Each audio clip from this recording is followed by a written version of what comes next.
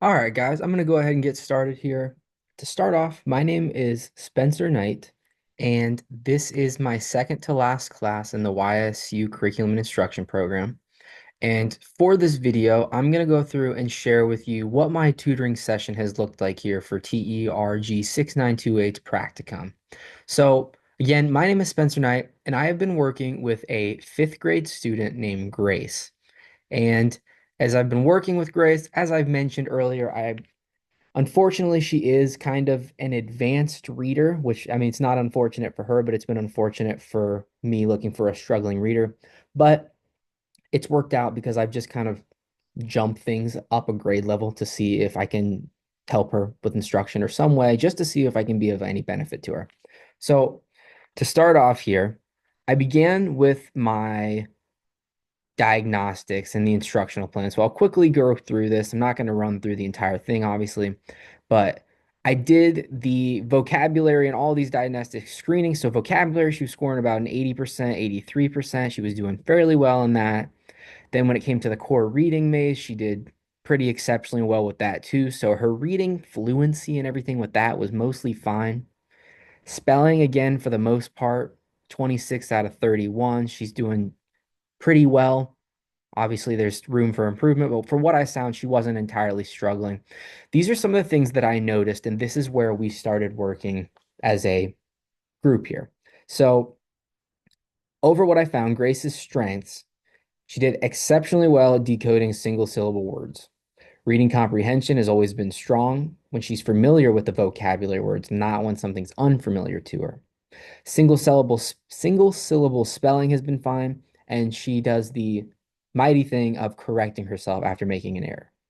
Her weaknesses, which I noticed from these diagnostics, but as well from just some of the like early on stage readings, just to see how what her comprehension, what she could get through in so much time. When it came to decoding multisyllable words, this is where you could see that there was a clear struggle or weakness in her development or educational skills, I would say. So, reading and spelling, when it came down to that, morphological vocabulary was something. And then looking at the morphemes individually, so prefixes, suffixes, the roots of the word. And obviously, if she's struggling with some of these higher level words as she's starting to move to the end of fifth grade into middle school, her comprehension is going to be affected by that as well. So, again, real quickly here, we had a quick goal rundown here: decoding goal, fluency goal, vocabulary goal, and comprehension goal. But I've got written down here on my little note card that, like, the main thing we've been working on here has been decoding multisyllabic words. That has been our number one focus. We've been looking to increase reading comprehension, and a lot of the reading comprehension comes from just asking her to read more frequently and looking at some of these multisyllabic words that are inside of these passages, and then going forth with those to try to identify, okay, what do we need to do to make this easier for you to read, or where are we not coming together, or where are we not matching up that you're struggling to comprehend these words or comprehend what these ideas are. Obviously, this leads to vocabulary development as well, and anything else that may come into fruition with the reading passages. So, again, these are the quick goals. I know we're not running through all this, but just to show you where I started. And we'll jump over to this slide here where I've kind of got a portfolio going where I have gone through and basically just put all of my assignments or the training sessions I've done with Grace, and then I have this table on this slide that I will go through to break down some of the stuff we're doing. So I'll start by saying the two main strategies that we've been working on. Again, multisyllabic vocabulary and decoding has been essential, and reading comprehension are our top two skills that we've been working on. So, to just run through this here, the first strategy that I've been doing with Grace that any parent could do at home with their child is the age-old word ladder. And you might not be familiar with this, maybe you are familiar with this, but what this is a ladder of just usually anywhere from 10 to 15 words. And when you go through these words here, each one, because we're focusing on multisyllabic vocabulary, they're going to increase in syllable every couple words. So outside is two, bathroom is two, supermarket goes to three, elephant goes to two, computer goes to two, three, whatever. So when we're going through and running through these, I'm going to jump through. And basically, all I'm asking her is I'm showing her the words. So basically, when she's sitting here next to me, I'm showing her a list and I've got the word outside right here. So I'm going to say, all right, Grace, how do you spell the word outside? And if she spells it Outside, then it's correct. She moves on to the next word. Bathroom. If she spells bathroom correct, Bathroom, then she moves on to the next word. So as you can see here, we start outside, bathroom, supermarket, elephant, computer, important, and then we start getting into 3 syllable, 4 syllable, and then some 5 syllable words when we get all the way down to, so this is where Grace's first struggle came. So imaginary, she spelled correctly, environment correct, prehistoric correct, but then unquestionable, she spelled that one incorrectly. And if you look at it here, unquestionable, she kind of forgot to put the A, what would go right here. So I think when I'm reading this, she's not paying attention to either the syllables or the individual morphemes. So when she says unquestioned, there's no when she says unquestionable. She just went unquestionable. So that was one of the first things that I showed her to this. And then with that, I did a second one. Same thing. Backpack, window, rocket, basketball, tornado. Again, as it increases by syllable, the words get more challenging. This one, she misspelled the word refrigerator. Now, I think this is kind of self-explanatory because how often do you hear people say refrigerator nowadays? Usually they just say what's in the fridge. So when she put an extra D in the word here, I wasn't totally shocked by it, but I did explain to her here that the G or the D sound that you might think you hear is actually making the just sound that comes from a G. So again, on this word ladder reading thing, this is a strategy that's been tested. Anybody can do this at home.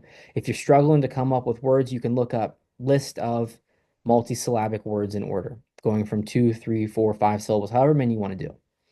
That's where we start there. Then what I did was I looked at all of these words that she either missed or didn't get to, and I went down here and we looked at breaking them down by syllable. And this is where another strategy, I guess you could say, is chunking the words for reading. This is something that many elementary students are probably familiar with. But if you're not familiar with it, it's basically just breaking it down by segment of syllable. Now, this is different than morphemes because we're not looking at the individual units, we're looking at the syllable. So I kind of explained to Grace here. Usually people like to do the clapping method, and my kids in school kind of look at me weird when I say I was always taught to put my knuckles under my chin. So you say the word unquestionable. Okay, so we've got 5 different syllables in that word. I did this and I showed this to Grace. And as we look through here, all these words, eventually she comes to find out. So, like the word that she missed, unquestionable, when she went and did that, I know I did this one for her, but the unquestionable, then it goes back to she's probably not going to be misspelling that multisyllabic word because she hears that individual syllable. And in this one, it would be a morpheme that adds on to the end of it. So I did this, the word ladder here. We've done 2 or 3 of these, and this is the one where I really went and broke down on the syllables. Now, the next strategy that I'll look at here, this is where this has kind of been our number one focus of what we've been doing. And I showed you this chart here earlier. This has been, as stated, our main focus over our several weeks of tutoring here. As we focus on multisyllabic vocabulary, pronouncing multisyllabic words, identifying what they mean, just figuring out what it is in general. What I did on top of that with reading comprehension was I would go in and I actually created, I did several of these passages, and I'll show you here. This is another strategy. There's another word letter, but these passages are something that any child could do at home. You can find them online, or if you're like doing what I'm looking for, I did something as simple as going to Chat GPT or whatever form of AI that you would like to use and say, can you give me a 100 word passage and be sure to include advanced multisyllabic words in each sentence? Pick at your topic, whatever. I know Grace is very into athletics, softball, and volleyball, so I started with those. So if we look through here, I'm giving Grace this passage, and I've got them all on my computer here, but when I printed them out, I'd give Grace the passage on a piece of paper, and I'd say, all right, go ahead and read. I'm not timing you. I just want you to read the passage aloud. With this, I am looking at 2 things. I'm looking at the words that are underlined and italicized because those are multisyllabic vocabulary words that I believe she's probably unfamiliar with. And as we look at those, I'm going to see, does she know what they mean by using context clues? Using context clues is another strategy of ours to use because this is a skill that students can incorporate into their own learning to hopefully put forth learning new vocab or unidentifying words that they have no idea or they haven't seen before. And yeah, so we'll start with that. So again, I'll just speed through. So as the tournament progressed, the team's growth became increasingly evident. What began as an inconsistent lineup gradually evolved into a unit divided by synchronization and resilience. Yada, yada, yada. I don't need to read through it. So then after I go through here, I asked Grace, all right, Grace, based on what you've read, what does this word mean? And I gave Grace the opportunity. I said, feel free to go back and look at the sentence. Because, again, maybe these words, you're hearing for the first time, maybe she's seen it 1,000 times. But I want her to be able to use those context clues or use the skills that she's used or known to break down what these words might mean. So we've got on this one here the words evident, synchronization, resilience, unpredictability, precision, adaptability, dedication, transformation, cooperation, and determination. And the way that I scored these was if she got the word right, like if I think that it would be pretty close to what a Google definition would say, I marked it correct. If it was incorrect, I would mark it with the red. So if she says the word resilience, resilience doesn't mean hard work. Then, if she was kind of in the ballpark, as I so to say here, precision, adaptability, cooperation, the words might not have matched with the definition or what she thought the word meant to me, but it was close. She was getting there, and I could tell that the context clues meant something to her, but it wasn't entirely the definition that I was looking for. So if we look at this chart here, so we got correct 5, incorrect 2, and the ballpark 3. So as Grace went through and read these, the word evident, resilience, precision, adaptability, cooperation, she wasn't really on board with those. But then when it came to words like unpredictability or dedication or transformation, I would go to the chart here and pay attention to the words that she correctly defined. And I'd ask her, did you get these words or did you define these words by using context clues? Did you decode the words by their individual syllables? Or did you just know the word? So these first two, look at here was one, and then number two was all about this. I think this was the volleyball tournament one, and she did better on this one. And I would ask Grace, all right, Grace, so you got on this one 5 out of the 10 right words correct, and then 4 out of the 8 words correct. So when defining them, we're at about a 50% rate there. So I said the words that you gave me, so synchronize. Did you know that word? Did you decode it? Did you get it through context clues?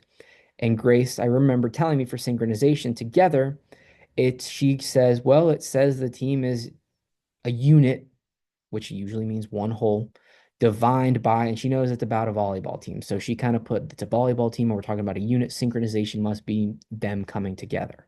So awesome. She already had that skill, and we're working on improving it, but she showed me there that she had an idea of what it was. Then you jump over to words defined by decoding. So the first one here is unpredictability. Whoops, that's the assignment. So then if you go back to the word unpredictability, it says the pitcher, known for her unpredictability, maintain impressive precision even under pressure. So, if you're thinking of baseball or softball, whatever we're talking about here, if we've got a pitcher and it says that she has a unpredictability to her, well, usually a kid might know what the word predict means. Like, what do you predict is going to happen next? Well, if this child is unpredictable, then you probably think that she might be a little wild or you don't know what's going to happen when she's pitching. So when I ask Grace, what does the word unpredictability means? It means not sure what's going to happen. Yeah, you're not sure where the ball's going to go. Again, that's a word that includes several syllables and multiple different morphemes as well. And she did that by breaking it down by decoding the individual units. And then, as I said, reading comprehension was something as well. I feel like when I went back and did this, I should have asked her to maybe focus a little bit more on reading comprehension, but because her summaries of what she usually is reading were always done so well that I was focusing more on the words. But when I asked her, Grace, what was this story about? She says, this story is about a group of girls that wanted to be better. They worked hard and stayed loyal to each other in hopes of maybe becoming a better softball team. So she's not wrong. That's right. But I gave her on the reading comprehension score, 1 was not very much detail and 5 was maximum detail. I gave it a 3 here because we're about on an average rate here. Same thing if you look at the second one here. So we've got the words composure, accountability, momentum, and collaboration. She got those are some strong words. So her getting those words correct is incredible. And she says that she got all of those words, and I saw them as well through her breakdowns of context clues. So again, standard detail. I'll jump down to this one. This is a story about a volleyball team that was struggling initially but gets better, I believe. She says the story is about a volleyball team that got better. The setter and middle hitter made a good play, and the team got really loud. The gym got really loud. They won the match. Okay, so we start with this. We're seeing this improvement. And if you look at this here, so our two strategies that I'm really focusing on there, as I said, we looked at the reading louder here earlier. This was July 24th. This was last week that we just did another one here. And when we went through, we're looking at the reading ladder again, syllables of two, jumping to three, jumping to four, and so on. Okay, cooperation, unintentional, yada, yada, yada. We went to another passage. So I believe we've done 5 of these reading passages now. Yes, we have. And if you look at these 5, what's been awesome to see here as I tell her, remember, Grace, use those context clues. If you don't know what a word means, use the context clues to try to figure out what it means. And as I said, when I created these on AI, I made sure I said, make sure that there's context clues so the student can try to use this skill to figure out what that word means. She didn't use decoding as much as I would have liked her to, but I think that it's because we haven't entirely jumped into it yet. We looked at it early on here, as I stated with these, but this is, again, it's decoding, but it's also kind of like syllable breakdown more so. So we're going to jump into the decoding here a little more going forward. So just a quick observation here. If you look, we're seeing an increase, and I've been pretty happy with her progress. I've met with her 5 times, and we've done one of the, no, that's not correct. I've met with her. We've done 5 of these passages, but we've met 3 or 4 times. And each one, I have seen a development in her progress on understanding what these words mean. Now, granted, provide some sort of standard deviation to see if maybe she already knew what the word interruption and diversity meant in comparison to the word unpredictability or adaptability or dedication or something like that. There's a randomness to it. So we've got 5 samples here. You might need 100 or 30 to get a perfect representation of what's going on behind her eyes. This is something that, again, just collecting more data will allow us to see. But if we look at it here, we go through, we see an increase with each one thus far. And we see this number of context clues. This is kind of cool as well. It jumps and then it kind of starts to deteriorate a little bit. And she starts throwing in the decoding a little bit more. We'll get back to that here in a moment. So 2 main strategies, the reading ladder. We've done the post-reading comprehension. What do you remember doing that? And again, try to use your context clues. These are 3 strategies that any parent could teach their kid to use at home, let alone just at home. I mean, nowadays, who knows? I mean, most of these kids are going to be on some sort of digital device or social media, and I guarantee you they're coming across words that they have no idea what they mean. Use the context clues to figure out what it is. So, okay, so July 24th here, this is the 29th, today's Tuesday. So, yes, just yesterday, skip down again here. You can see the jump here. We can see her development and so on with that. Passage 4, same thing. Look at this. She only missed 1 disorientation. And I think that she used the context clues and she said the shift and busy school months. I think she kind of got confused on that one. But other than that, we see, again, a real jump in her development of identifying these multisyllabic words. This one. This is what we did yesterday. And this was the first time of me really introducing morpheme breakdown to her in terms of decoding what these words mean. So what I did, I'll read this to you. It says, for this section, I made a table of every word that Grace has misread or interpreted over the course of the tutoring session. So we've got this list here. And if you go up through all of these, anytime you see a red one or one of the words that she didn't either get to or that she misspelled, I added them into this list so that she could go through here and we could figure out, all right, let's break these down by morpheme. So again, trying to comprehend, this is a challenging word for 5th grade students because I get morpheme's not a word that I even heard until I got into college, to be honest with you. When you read these words, There's a difference between syllable and morpheme. So syllable, if we look at incomprehensible, you would say in, com would then be a syllable break, pre would be a syllable break, hence would be a syllable break, and ib would be a syllable break, ol would be a syllable break. You would break that down to several different words or syllables. But when it comes to the morphemes, you're looking at the units that have meaning. And I changed some of these, and I'm kind of like on the fence of how advanced I want to break these down. So obviously, when it comes to miscommunicate, you could break that down to miss, com, mune, and then icate, the suffix has meaning itself. So realistically, you could break that one down into four different morphemes. But as a fifth grade student, like we're not focused on what com necessarily means or what mune necessarily means. So instead, I want to focus on the morphemes of either prefix, root word, or suffix. So I did these with her yesterday, and I started with the word incomprehensible. And because, like I said, so if we think in, okay, in is one morpheme, comprehend is a second one, ible's a third. So we break that down into three different morphemes: electricity, miscommunicate, and so on. So this is when I let Grace, I did the first three here, and then I let Grace take over and try to give it a 10. We only got through about half of them. So the next time we meet, we'll have to do the rest of these. But so we start with the word refrigerator. Now, again, this is the one you don't hear the word refridge or rator. You break it down to five syllables, but we're not looking at syllables, you're looking at morphemes. Again, how many fifth grade students do you hear say the word refrigerator, not just refrigerator, fridge nowadays? So we can almost scrap that one. Unintelligent, good. She breaks down means like to undo something, to not have done. Intelligent, something smart. So if it's unintelligent, they are not smart. Multi-dimension, multi space dimension.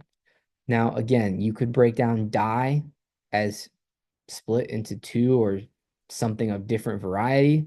But I don't know if that's something that I haven't decided if I want to look at that intently with a fifth grade student. Perhaps going forward, maybe this is something that she does. I know she is in enriched or honors reading and writing, but this is not something that I think that she needs to because she can pretty much multi-dimension. I think she can figure out what those words mean.